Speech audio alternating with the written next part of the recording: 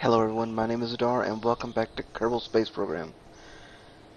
Just to recap, we've been to the moon and we've came back. I spent some of my science and upgraded a few things. I got the ladders and the mobile space lab or processing lab, and I picked up field science, which gave me some rover wheels and atmospheric fluid spectrovariometer, if I pronounce that right. That gets me a lot of science. The probodobodine rover mate body and the external command seat. And I made a little rover just to test it.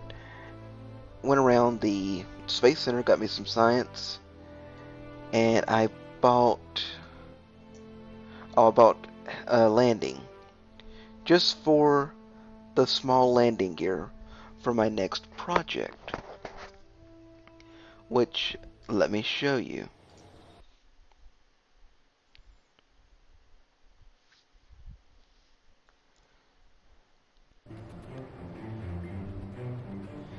Okay, let's load. I have lots of junk.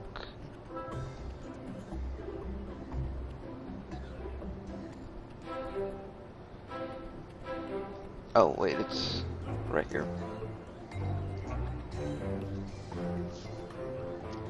So this is what I've been working on. What I did is I built a regular style plane. I raised up these two wings and put some atmospheric collector analyzers under here and back here just to make it look, cool. But also each of them can take data and store it in case something happens to the pilot and all.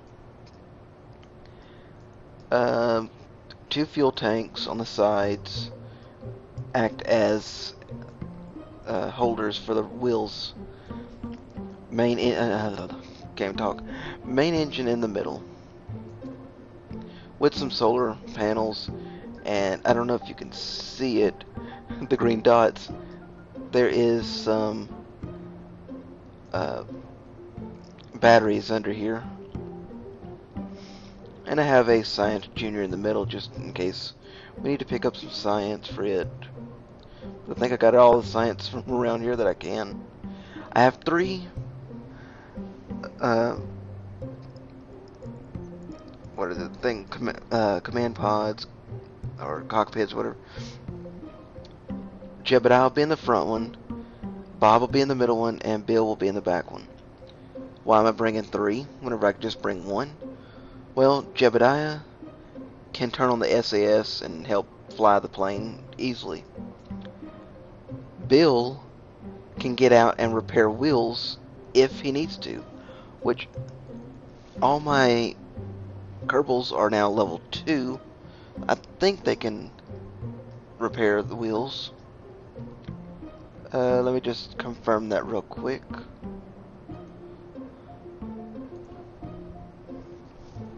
So while I'm letting that come up, I have Bob in the middle one. He can get out and walk back here, collect the data, take it out of here, and restore these so I can use them again and again and again. And I have a ladder here that can be deployed so he can get up and down if he needs to, or also Bill can. Just a basic design, but you may be wondering why there's two sets of legs or wheels. Well, this is where it gets fun.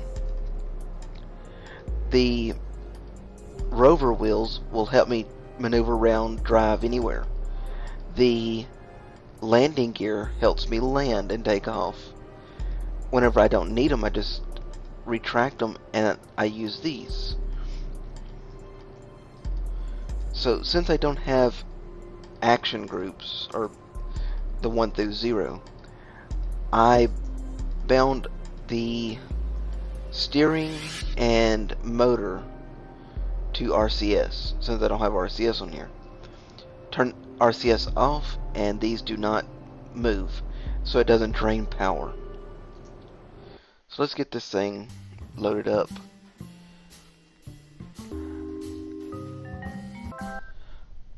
Since we have level 2, Pilot can do the SAS and stability at level 0. At level 1, he can lock prograde and retrograde. At 2, lock towards normal and anti-normal and radial in, radial out. Engineer at level 0 can do nothing. At level 1, repack parachutes. At level 2, repair wheels, which is what we really want them for. Well, he can also repack the parachutes in case we need to make an emergency landing. Now, scientist. This is where it gets good. At level 0, they can restore experiments and activate experiments on EVAs.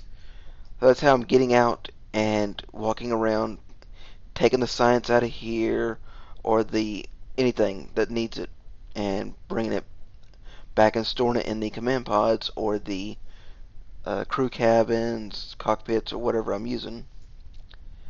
At level 1, they get a 5% bonus.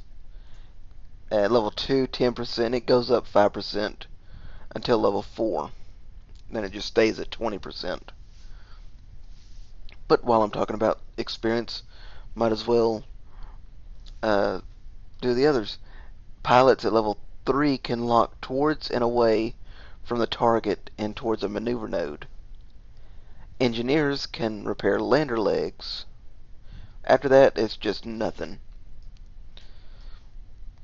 So here is my Rover plane hybrid on the ground. As you can see, the wheels are not touching. These wheels are. But if I use them, you can see that it drains power. So if I turn RCS off, I can't turn it. So if I turn it back on, now I can turn them. And I can take off like this, or I can retract the lander gear. And now I'm running on the wheels, which would have if I take the brake off.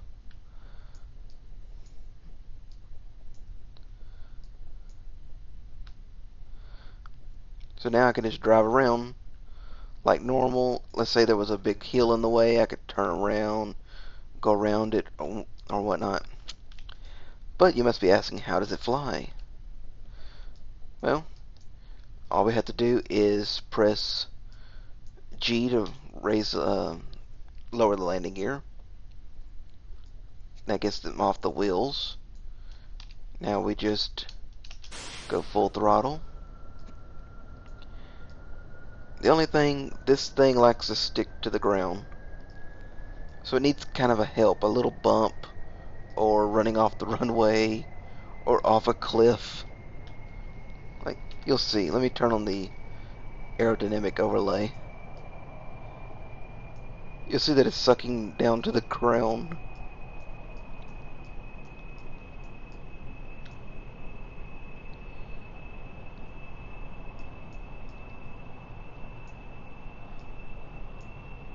Like, the yellow is my force that I'm putting on it. But I'm holding back as much as I can, and it's still not going. But as soon as it gets off the runway, it will take off. If you didn't notice, I actually got the runway repaired. Okay, here we go. And lift. That handles really nicely. Oh, we need to turn RCS off or we're going to lose power. It handles really well.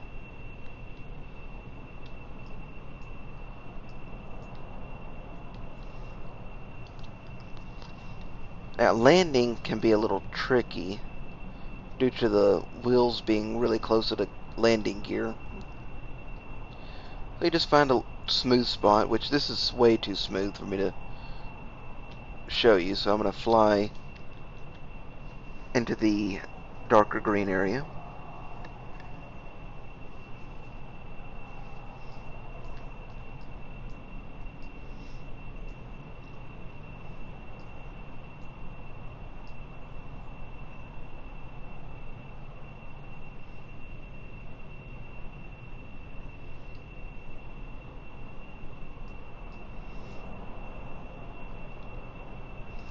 Okay, now that we're over here, we can lower the landing gear, throttle back, just like any other landing. This one does like to fall out of the sky if I'm not too careful.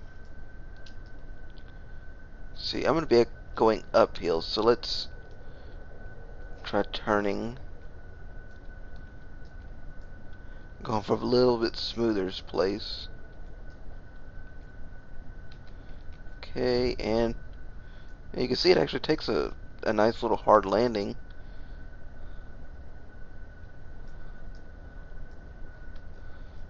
Never really noticed this light spot here. Now, ooh, don't want to fly.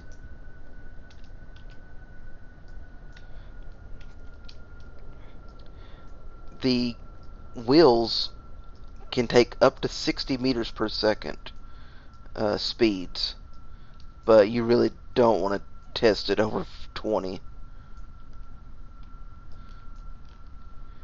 Like, oh no, I overshot my landing area. Now I'd have to turn the engine on, slowly turn around. But no, all I have to do is lower my gear, turn on my wheels, and turn the brake off. And now I can just drive over there.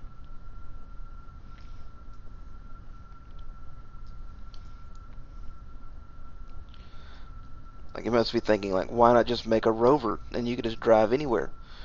Well, that takes a long time. Like, have you seen how big the planet is? It would take forever just to go from the space center to the other side of the mountains in a Rover, because you'd have to go around. Well, now you can just fly over the mountain.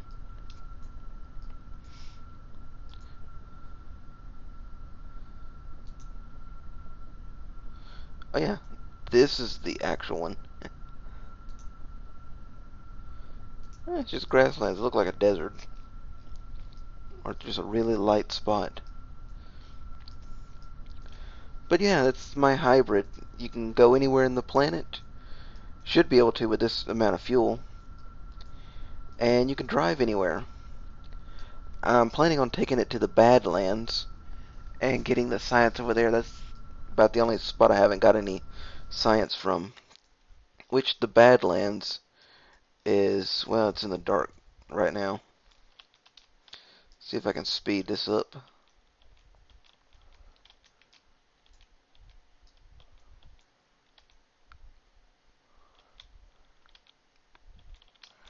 Okay, the Badlands is somewhere over here. I would have to turn on the biomes to actually tell you where. Okay, it's all this dark green. I've only got like one thing out of it. So I'm not going to record it. I'm just going to fly over here, get some data from there. Actually, I need data from all the biomes again with the atmospheric sensor and the barometer, which I need to fly up to the poles, fly to the South Pole, just everywhere. But I'm going to get a lot of the science, hopefully get a lot more stuff so I can head by next week. So, thank you everyone for watching, and I'll see you in the next video.